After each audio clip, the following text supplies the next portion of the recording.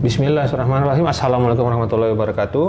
Nah, kita beberapa bulan ini sangat terpukul lagi dengan kondisi banyaknya teman-teman dan saudara atau kerabat atau pacar dan siapapun juga yang terkena COVID. Ini untuk Indonesia ini seperti serangan kedua, gelombang kedua dari virus berbahaya yang awalnya kita namakan SARS. Sekarang orang kenal dengan nama COVID. Ini serangan kedua. Kalau di negara lain katanya akan ada serangan ketiga. Itu berbahaya sekali. Nah, beberapa waktu lalu di hadap-hadapan saya juga menghadirkan beberapa teman dan kerabat yang terkena COVID. Ada dokter juga yang bercerita betapa bahayanya virus ini. Saya juga sempat menanyakan kemarin kepada salah satu dokter teman saya bahwa ini apakah ini virus atau penyakit? Kata dia virus. Tapi ya karena kondisi manusia tidak menentu, ini bisa berbahaya.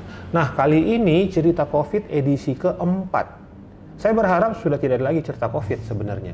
Tapi karena ini sangat meresahkan, bukan cuma saya, jadi saya perlu untuk bertemu dan berbicara dengan orang-orang dekat saya yang tahu atau minimal bisa bercerita tentang COVID. Nah, kali ini di depan saya sudah ada teman baik. Saya sama-sama dia di LOC PSM Makassar dan saya selalu bertemu tiap pertandingan dengan dia menjaga VIP. Banyak kuenya kalau di stadion. Apa kabar? Tos dulu. Siap. Namanya Alis. Saya tidak pernah tanya nama betul. Siapa nama betul?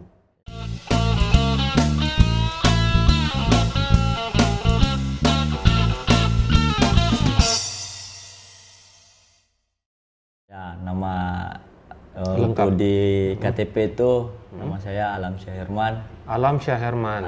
Oke. Nah, kalau teman-teman banyak yang tahu dia karena dia juga seorang ya public figure kecil-kecilan lah ya. Dan dia banyak berteman dengan supporter-supporter dan juga banyak temannya juga pejabat, bahaya tong. Nah, tapi ada satu bukan profesi, kegiatan atau tugas ya, panggilan hati ya, yang dia telah geluti selama berbulan-bulan namanya. 6 bulan? Bukan. 1 tahun? Hampir 2 tahun. Masuk 2 tahun sebagai salah satu anggota Satgas COVID. Sulsel. Nah, kapan mulainya Alis ada di situ? Di Satgas itu? Dari awalnya itu di Manunggal. Di Manunggal. Tahun berapa? Bulan berapa? Tahun lalu, bulan sekitar bulan 3, bulan 4. Bulan 4, jadi awal-awalnya kan? Awalnya. Awal. Akhir bulan 3 lah. Itu dibentuk atas dasar? Itu dasar dari perintah pimpinan langsung. Gubernur Langsung. Ya, sebagai ketua Satgas COVID ya, waktu itu ya? Oke. Nah, sebagai ketua Satgas COVID, gubernur itu membentuk tim yang salah satunya adalah petugas lapangan. Betul. Nah, disitulah Alis ada dan telah berjalan hampir 2 tahun lamanya. Apa sebenarnya tugasmu di satuan tugas itu? Kalau sebenarnya tugas saya sebenarnya itu driver di mobil Satpol PP. Mobil Satpol PP. Ya. Saya sebagai penutup kendaraan. Penutup kendaraan. Dari pertama itu ada PJR. Terus ini SOP-nya ya? Iya, SOP-nya. SOP-nya untuk korban. Iya, betul. Korban meninggal atau jenazah? Jenazah langsung. Nah, jenazah. Jadi ada SOP-nya. Paling depan itu ada PJR dari lantas dari Polda Sulsel. Terus kedua mobil edukasi. Edukasi itu ada tim Roniawan. Terus itu biasanya yang membaca ulama doa. Ya, ulama, atau pendeta. Betul. Oke. Terus yang di dalamnya itu ada Dokes. Dokes dari Polda ya? Dari Polda. Terus ada TNI-nya juga. Ada juga dari Dinkes untuk mengedukasikan keluarga. Kenapa dari Polda dan dari Kodim tentara juga ada di situ? Untuk menjamin keamanan untuk mengedukasi keluarga jenazah. Alis ini adalah driver dari mobil jenazah. Iya. Sudah berapa jenazah yang Alis antar? Mungkin ya kita hitung sendiri lah kalau di Macanda dan sampai saat ini sudah mau memasuki 1.500. 1.500. Iya. Berapa orang driver yang ada di Satgas? Waktu macam-macam sih sebenarnya dari versi-versinya. Ya. Di versi manunggal itu saya terlalu banyak fokus ke ke driver satpol, mobil penutup. Terus versi yang kedua di Swiss Bell, saya pindah di Swiss Bell itu cuma melengkapi teman-teman yang down. Terus saya coba memberanikan diri untuk jadi driver jenazah. Itu ditugaskan atau daftar jadi driver? Tidak juga, dari hati sendiri. Dari hati sendiri. Jadi melihat kondisi tim. Kondisi tim. Ya. Dari Satpol PP-nya provinsi itu yang menjadi anggota dari Satgas Covid berapa orang? Dari ada 2 lokasi yang dibentuk. Ya? Ada yang fokus ke tim di Swiss Bell dan Manunggal pada saat itu, dan ada 1 kompi juga di Macanda untuk standby. Jadi ada yang standby di Macanda di sana. Oke. Jadi kalau 1.000 berapa tadi? 1.500. 1.500 boleh dibilang seperempatnya Alis yang antar. Iya. Jadi 1.500 sekitar ya bisa lah 800-an 700. Oh, bukan seperempat kalau begitu, lebih. Lebih dah. Lebih dari 1.500 yang dikuburkan di Macanda Alis antar sebagai driver mobil jenazah. Tidak pernah terbayang ya bisa menjadi driver mobil jenazah untuk pasien COVID? Enggak, karena saya jujur melihat kondisi tim itu sangat sedih juga. Karena beberapa driver terus sempat juga, kan kalau driver khusus fokus bawa mobil saja. Bawa mobil saja? Ada namanya pengusung. Pengusung itu mengangkat jenazah dan peti. Jadi, dan peti? Iya. Itulah kenapa saya punya inisiatif sendiri, karena melihat kondisi tim di lapangan. Tapi Alis sebagai pengantar jenazah, sebagai driver, pernah angkat jenazahnya? Pernah juga. Bagaimana perasaan? Ya campur aduk lah. Campur aduk juga. Karena kenapa? Coba kita membayangkan kalau orang tua sendiri pada saat itu. Adakah yang Alis antar itu adalah keluarga atau teman atau kenalan? Ada, pernah? Banyak lah. Banyak? Iya. Bagaimana perasaanmu waktu mengantar itu? Pada saat itu pertama kayak ya itu lagi ya Kak. Tadi saya bilang campur aduk lah. Kasihan, ada rasa kasihan sama teman. Dia harus meninggal di kondisi pada saat itu. Jadi ya mungkin nggak ada yang mau yang meninggal seperti ini, tapi karena kondisi pada saat ini pandemik ya kita tetap sehat. Sampai sekarang Alis masih mengantar? Kalau saat ini saya ambil cuti karena persiapan menikah. Betul Kak. Ya, Lis. Siap Kak. Lebih dari setengah yang telah dimakamkan di Macanda Alis antar. Tadi jelaskan juga masalah protapnya ya, para pengantar jenazah. Dengan 2 tim kalau tidak salah yang standby ya? Iya betul. Berarti berapa jam sehari Alis standby sebagai pengantar? Kalau untuk standby-nya itu ya tergantung, ya istilahnya kalau untuk kayak Gojek atau Grab itu orderan ya. Itu bahasa-bahasa inilah maksudnya. Untuk melucu ya. Standby-nya di mana? Kalau kita itu waktu di Swiss Bell itu kita sudah disediakan kamar memang. Oh, di Swiss Bell. Iya, kita sudah disediakan setelah satu lantai tidak ada lagi Swiss Bell, maksudnya tidak kontrak lagi dengan Pemprov. Alis standby di Rumah Sakit Dadi. Rumah Sakit Dadi, posko ya di situ ya. Oke. Ini kan sebenarnya pernah turun ya, di Makassar pernah turun, terus naik lagi setelah Lebaran Idul Fitri. Apa yang Alis rasa bahwa naik kisil lagi, suspek? Ya sebenarnya untuk kondisi saat ini yang namanya melonjak ya sebenarnya kita sudah capek sebenarnya. Capek? Iya capek, sudah dongkol semua. Dongkol? Ada semua yang perasaan? Ada semua yang tercampur. Pokoknya teman-teman bilang ya pasrah mau mikir. Istilahnya orang Makassar bodoh, karena sampai saat ini juga masalah sensitif lah, jadi dongkol teman-teman. Oh begitu, itu juga jadi salah satu alasan. Tapi karena panggilan kemanusiaan yang besar sekali, yang bisa bikin Alis bertahan sampai sekarang. Tidak ada keinginan untuk keluar dari tim? Untuk saat ini saya fokus untuk menikah dulu. Iya, tapi pasti pernah toh? Pasti pernah merasa bahwa keluar mak deh? Pernah, tapi setelah kita dikasih motivasi sama sesama tim. Nah, tim ini adalah sebagian dari keluarga kita lagi. Oh begitu. Betul. Oke. Yang kita rasakan sampai saat ini. Siapa yang Alis antar? Itu yang paling dekat. Maksudnya ada teman baik atau apa kan? Yang paling dekat itu pernah. Ada. Ada ya. Yang sampai saya tidak menyangka ketika sampai di rumah sakit. Waktu kalau di order untuk menjemput itu kita tidak tahu siapa jenazahnya. Kita sudah tidak pegang HP, tidak melihat siapa yang mau dijemput. Kami sudah tidak pegang HP pada saat itu. Pada saat jadi di order lewat apa? WhatsApp. Cuma ditanya aja bilang. Ada mau dijemput, siap-siap, standby. Pakaian. Itu berapa lama persiapan untuk menjemput? Kalau untuk persiapan untuk berpakaian itu kita ditargetkan 10 menit. 10 menit. Ya. Nah, itu panas sekali ya. Minta ampun Kak. Kalau untuk dibilang ya untuk bertahan untuk berpakaian APD itu ya ya pokoknya campur aduk juga Kak. Campur aduk. Sudah tidak bisa makan. Ya. Oh, pada saat pakai itu tidak bisa lagi makan. Tidak bisa apa-apa. Karena kalau dibuka itu harus diganti yang baru. Betul. Ganti yang baru. Oke. Adakah pengalaman Alis sebagai pengantar mobil, driver mobil jenazah itu yang paling, maksudnya yang paling ini bikin domba-domba ya? Oh, ada kan?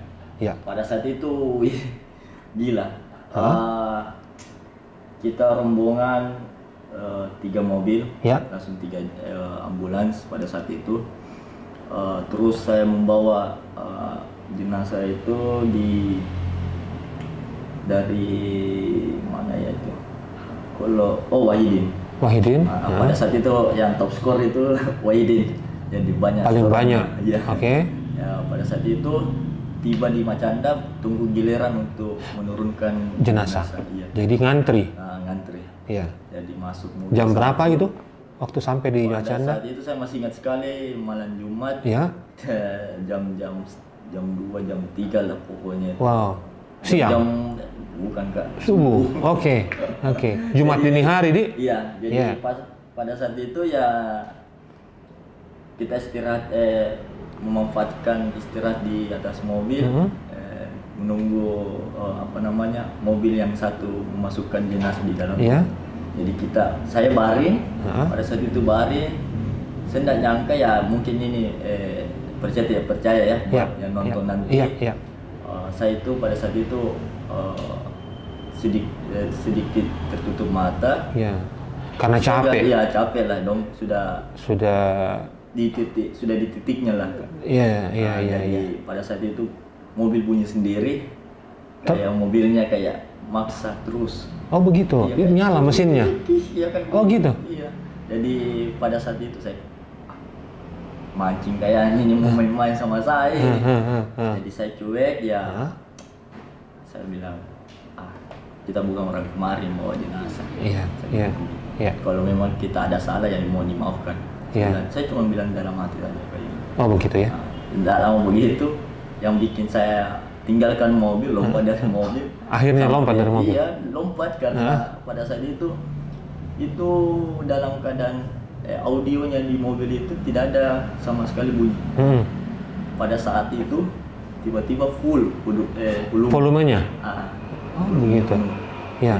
Ya itulah salah satu kesan yang tidak bisa dilupakan. Tapi memang perasaannya, maksudnya untuk mengantar jenazah saja itu kita kan sudah sebenarnya tidak semua orang juga bersedia dan tidak semua orang berani tanda kutip ya. Apalagi dengan frekuensi mengantar jenazah yang tinggi ya. Seperti Alis. 800 orang lebih selama Alis bergabung di Satgas Covid Sulsel ya, yang diantarkan ke Macanda atau tempat di peristirahatan terakhir dari teman-teman atau saudara-saudara kita. Nah, kalau mengangkat ini Alis terus terang badannya kan kurus. Iya. Kalau mengangkat jenazah itu kan agak berat itu karena dengan petinya. Kalau saya pelengkap. Oh begitu. Iya, jadi tapi pernah ngangkat juga pasti. Pernah ngangkat Kak. Yang terakhir kemarin itu sebelum saya cuti, tapi saya sudah steril ya. Saya kesini sudah steril, sudah mandi, minum vitamin, terus istirahat selama 3 hari kemarin. Sudah kemarin itu paling soal berat badan jenazah yang berat itu. Iya, yang paling berat berapa? Kemarin kita nggak boleh sebut namanya. Nggak usah, kita jaga privasinya jenazah. Lebih dari 100 kilo. 130 kilo. 130 kilo. Ya, itu cuma orangnya saja. Belum petinya. Belum petinya. Petinya itu dia pesan sendiri dengan model petinya. Kayak kulkas. Pintu, 2 pintu kulkas lah modelnya kayak begini. Jadi ya pada saat jenazah ini mau dimasukkan ke petinya itu, jadi salah satu teman ini bercerita, itu pun dia cerita pada saat kita lagi istirahat, setelah dia dimakamkan ini jenazah, dia bilang gini sama jenazah, dia bilang, saudara, maaf ini saudara, minta maaf ke teman-temanku ini yang angkat gitu. Temannya dia ternyata? Iya, teman sendiri, teman satu gereja katanya. Jadi diangkat, dia bilang, sebelum diangkat bilang, minta maaf ke ini saudara, harus keangkat ku ini, tapi ringankan ku dulu badanmu ini. Itu bercanda atau? Cuma tidak, bukan candaan ini Kak. Karena apa namanya? Saking beratnya? Iya, berat sekali Kak. Jadi dia bilang, tak tolong Kak saudara, kasih ringan badanmu dulu. Kasihan Kak ini, kasihan Kak dengan timku ini. Berapa orang yang angkat waktu itu? 8 orang. 8 orang. Ada di dalam pengusung itu ada instansi lain. Oh begitu. 8 orang itu masih berat. Berat minta ampun. Itu mungkin 300 kilo ya. Dengan peti ya. Sama petinya mungkin Kak. Karena caranya memasukkan peti itu dengan kasurnya rumah sakit. Oh, kasurnya diangkat juga. Diangkat juga. Jadi kita bilang sama ke rumah sakit, Pak, minta tolong Pak Di, saya angkat ini dengan kasur takut. Kalau untuk mengangkat sendiri itu susah Kak. Oh begitu. Jadi dengan kondisi jenazah ya ini privasinya jenazah kan, jadi kita angkat dengan kasurnya. Oh begitu. Iya, seperti itu Kak. Pada saat mengangkat begitu, siapapun yang kita kan Alis kan tidak pernah tahu kadang ya orangnya ini siapa, itu betul-betul memang dari hati dan memang untuk membantu sesama. Karena saya yakin juga kalau dibuka pendaftaran untuk menjadi driver itu seperti yang Alis lakukan ini, saya rasa tidak banyak yang mau. Jadi kalau seorang Alis sudah hampir 2 tahun menggeluti itu, bekerja di situ memang panggilan ya. Masalah kompensasi cukup. Ya dicukupkan saja. Yang penting niatnya, Dik. Betul, karena kita lakukan ini karena Allah. Karena Allah. Nah, apa harapan tak untuk warga Makassar? Ini karena saya dengar-dengar ada lagi varian baru. Kamu tahu ngapa, Dik? Maksudnya bela-bela mau kue itu. Sudah. Iya, mau terima kata di bala. No, istirahat juga ini. Iya, istirahat. Nah, fokus iya. Alis ini juga adalah salah satu anggota Satpol di Provinsi Selatan, dan memang kalau dibilang capek pasti. Itu bayangkan kalau setiap hari Alis itu membantu mengangkat, itu repet di badan, Dik. Biru-biru. Tidak cukup sama institusi kayak gitu. Kalau kita melihat kondisi yang meledak-meledaknya saat ini, teman-teman mungkin tidak cukup kalau kalian tidak mengikuti pemerintah yang ada kayak vaksin. Ayo kita vaksin. Jadi vaksin semua supaya tidak ada salahnya. Kalau Karena memang gagal, kalau kita meninggal kan yang menanggung dosa. Iya, bukan kita ya, pemerintah. Iya. Jadi kalau tidak bisa vaksin karena ketakutannya bagaimana ya, kita nikmati aja. Pokoknya yang menanggung dosa semua itu pemerintah. Ya ini ikhtiar ya vaksinnya, karena kita mau membentuk kekebalan komunal ya, kekebalan bersama secara masyarakat.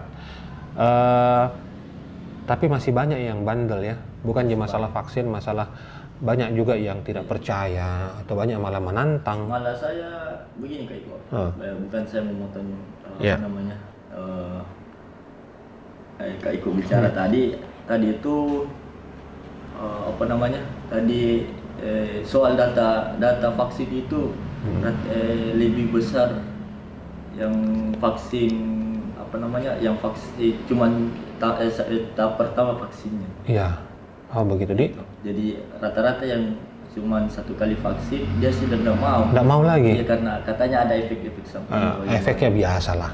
Yang jelas saya dan Alis dan teman-teman yang lain mengajak semua pendengar hadap-hadapan, teman-teman semua untuk ayo vaksin. Ya, biar kita melawan ini pandemi dengan cara vaksin. Itu Mami langkah terakhir tak. Oke, Alis terima kasih banyak informasinya. Mudah-mudahan menjadi inspirasi buat banyak orang bagaimana niat yang baik untuk kesehatan bersama dan berniat untuk segera memerangi dan mengalahkan ini pandemi. Semoga saya yakin bahwa berkahnya ada untuk Alis dan keluarga dan informasinya beliau akan segera menikah. Kita doakan bersama-sama. Terima kasih Alis. Kita tos dulu. Sudah datang di studio Cekrek Foto untuk take hadap-hadapan cerita COVID. Wassalamualaikum warahmatullahi wabarakatuh.